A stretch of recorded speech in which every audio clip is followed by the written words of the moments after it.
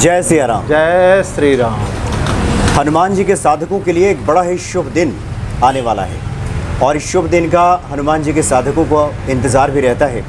और आप में से बहुत सारे भक्तों ने ये कहा भी था, ये आग्रह भी किया था कि एक बार फिर से पंडित जी से इस संबंध में बातचीत की जाए कि हनुमान जयंती के मौके पर हनुमान जी की कैसे आराधना की जाए और साथ ही दिवाली के मौके पर भी हनुमान जी का कैसे पूजन किया जाए। तो आपके आग्रह पर एक बार फिर से पंडित अरविंद पांडे जी के सामने हम उपस्थित हैं। स्वागत है आपका पंडित जी।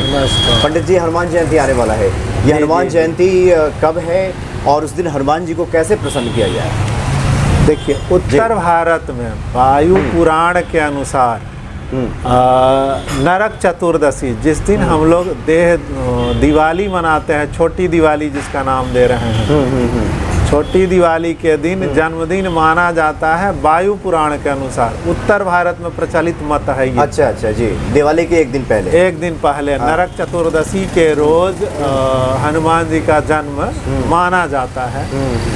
वायु पुराण इस चीज की पुष्टि करता है और वायु पुराण ही कहता है कि शिव ने अंजनी के गर्भ से हनुमान का रूप धारण कर लिया। शिव ने अंजनी के गर्भ से, इसी वायु पुराण के आधार पर ही ये सिद्ध होता है कि शिव ही हनुमान है। अच्छा जी। वायु पुराण के अनुसार ही ये सिद्ध होता है कि शंकर जी ही हनुमान जी हैं। तो इसमें ये चर्चा है, व्यापक चर्चा है कि नरक चतुर्दशी के रोज शिव ने हनुमान का रूप धारण किया जी। तो पहले दिन, जहाँ तक रही बात, अब किसी का भी नॉर्मल बिल्कुल नेचुरल चीज़ है कि हर किसी को अपना अपना जन्मदिन बड़ा प्यारा होता है। जी हाँ, बिल्कुल टकासी बात है कि हर बच्चे या हर व्यक्ति को अपना जन्मदिन प्यारा होता है। कुछ गिफ्ट लेते हैं, कुछ गिफ्ट देते हैं, कुछ ग्राह्यता होते हैं, कुछ जाचक को भी दे देते हैं। तो इस दिन हनुमान जी अपने भक्तों को बड़े प्रसन्न मुद्रा में अभय दान देते हैं।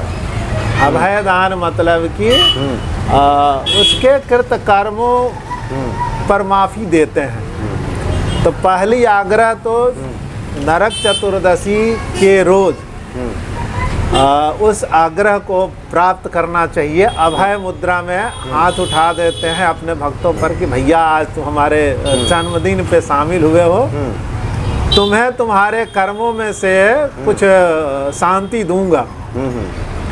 क्योंकि एक साधन की दुनिया में बड़ी टकासी बात है कि हनुमान जी अगर हाथ उठा दिए तो फिर वो भगवान राम से भी लड़ लेते हैं। अच्छा। या राम रूप में भी उस चीज को मैनेज कर देते हैं। चल भैया, मैंने माफी दे दी तो इसे माफी दे दी जाए, है ना। अपने भक्तों के लिए परम सत्ता, परम पिता परमेश्वर जो स्वयं भी है, तर्क के आधार पर स्वयं ही राम है, स्वयं ही हनुमान है, स्वयं ही शिव है, शिव ही हनुमान है। तर्क पर कसिएगा तो ये सिद्ध हो जाएगा। तो अभय मुद्रा का प्राप्त करना चाहिए। दूसरे दिन दिवाली के सुबह घर में अगर प्रतिमा है तो उसको स्नान कराइए गंगा जल से। अच्छा। संभव हो तो पंचामृत से भी करा दीजिए। गंगा जल, पंचामृत, पुनः गंगा जल, स्नान करा दीजिए। अगर उस प्रतिमा पे सिंदूर का लेप चढ़ा है तो घी और शुद्ध सिंदूर लेपन कर दीजिए। जनेऊ, कपड़ा और जनेऊ अर्पित कर दीजिए, पहना दीजिए। सिंदूर या पीला चंदन का लंबा तिलक लगाइए, गोल तिलक न लगाएं। अच्छा।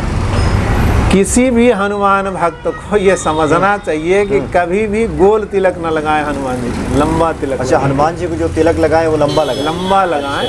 लंबा तिलक, एकदम लंबा तिलक लगाना चाहिए। हनुमान जी को गोल तिलक पसंद नहीं है। और भक्तों को कैसा लगाना चाहिए, गोल या फिर उसे नहीं? गोल, भक्त गोल लगा लें, लंबा लगा लें, कोई फर्क ना है। सिंदूर के लगा लें, पीले चंदन के लगा लें।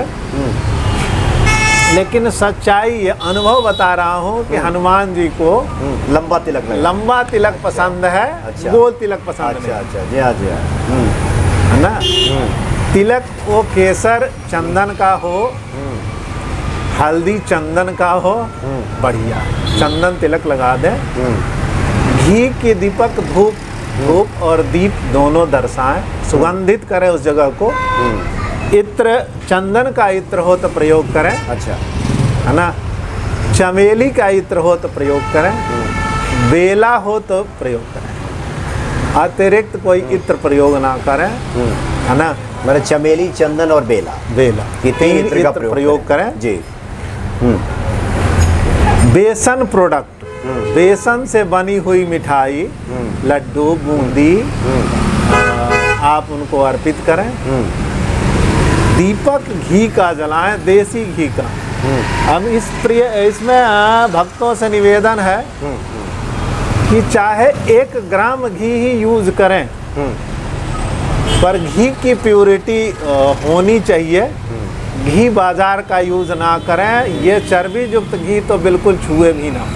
अच्छा, घर में अगर तैयार हो जाता है तो 1 चम्मच घी का ही प्रयोग करें। आटे का रोट बना करके भोग लगा दें, पर अशुद्ध चीज़ों का प्रयोग ना करें, है ना। और 7 बार 7 टाइम हनुमान चालीसा का पाठ करें। सौदेश्य है, सौदेश्य मतलब आपकी कोई इच्छा है तो वो भी पूरी हो जाएगी।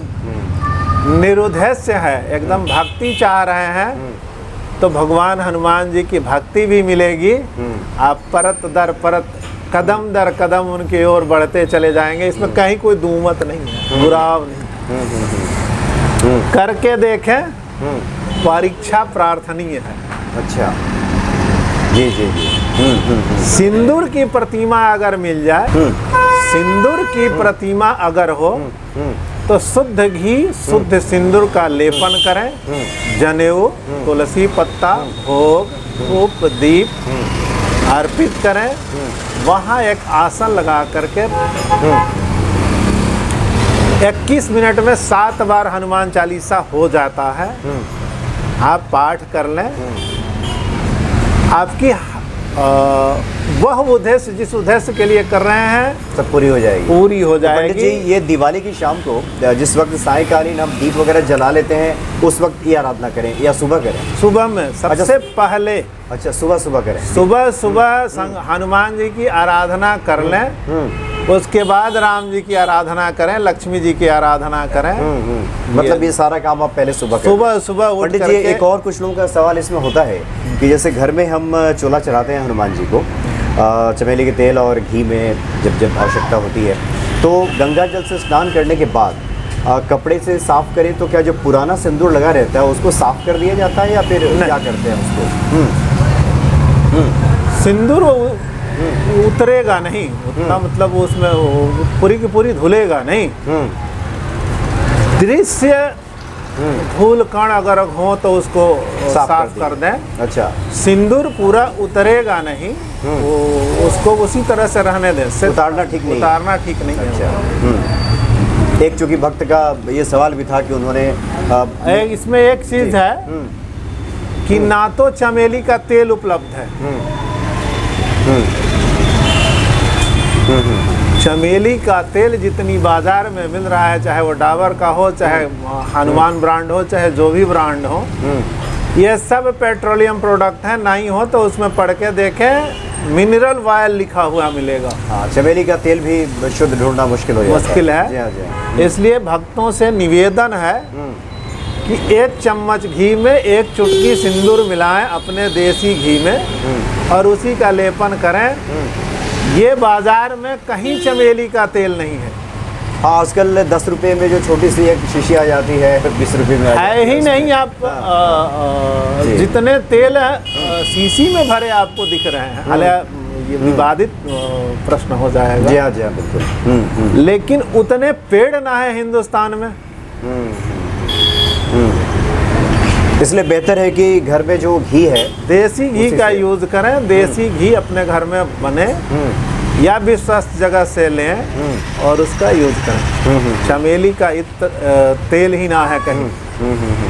सभी तेल जो आपको मिल रहे हैं बाजार में, सब पे मिनरल ऑयल बेस है उसका, है ना। और 70 के दशक में जो क्रूड बिका करता था, आधे तो वो क्रूड हैं। 70 के दशक अच्छा में पंडित जी, जो सुबह क्रूड सुबह हनुमान जी की ये आराधना हो जाए और सायंकालीन जब हम दीप प्रज्वलित करें, उस वक्त क्या विधान है? उस वक्त कैसे पूजा करें हनुमान जी? उस समय आप लक्ष्मी गणेश जी का पूजन करें, भगवान श्री राम जी का पूजन करें, लक्ष्मी जी का पूजन। लक्ष्मी ही सीता है, सीता ही लक्ष्मी है, इसमें कहीं कोई विवाद नहीं होनी चाहिए। तो सायंकालीन लक्ष्मी जी का ये पौराणिक मान्यताओं के अनुसार है कि लक्ष्मी और गणेश जी का पूजन करा जाए। तो लक्ष्मी पे बुद्धि का नियंत्रण होना चाहिए। गणेश जी बुद्धि के प्रतीक हैं। लक्ष्मी पे बुद्धि का नियंत्रण होना चाहिए, बेबुद्धि के ये नहीं रहेंगी, इसलिए गणेश पूजन का विधान है ना। पौराणिक मान्यताओं के अनुसार इसमें कथा बढ़ती जाती है ना, कि त्यक्ता हुई, वैष्णवी हुई, पर ये बहुत लंबी चौड़ी हो जाएगी।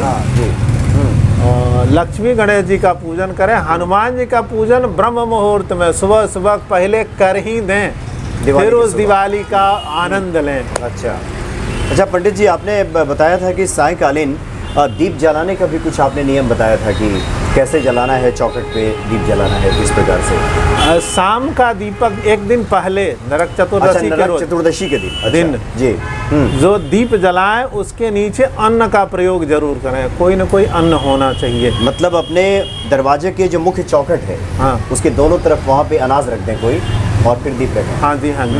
अच्छा, दीपक जलाएं, पुराने दिए का प्रयोग करें। पहली बात तो ये है कि दीपक पुराना होना चाहिए, नया नहीं होना चाहिए। पुराने दीपक का प्रयोग करें। तेल सरसों का प्रयोग करें, सरसों तेल का दीपक जलाएं, और उसके नीचे अन्न होना चाहिए। अन्न कुछ न कुछ रख करके ही जलाएं, खाली न जलाएं। कम से कम जो 2 दीप है, या जहाँ कहीं भी दीप जलाएं वहाँ अनाज रख दें थोड़ा। जितनी दीपक आपको जलानी है जलाएं। अन्न जरूर रखें, नीचे अन्न रखें, लक्ष्मी का वास होगा। ये हनुमान जयंती के दिन है, नरक चतुर्दशी के नरक दिन। चतुर्दशी। और दिवाली के दिन जैसा आप जलाते हैं वैसे नॉर्मल दीपक जलाएं। और सुबह सुबह हनुमान जी का पूजन जरूर करें। वह दिवाली आपके लिए बड़ा मंगलमय होगी।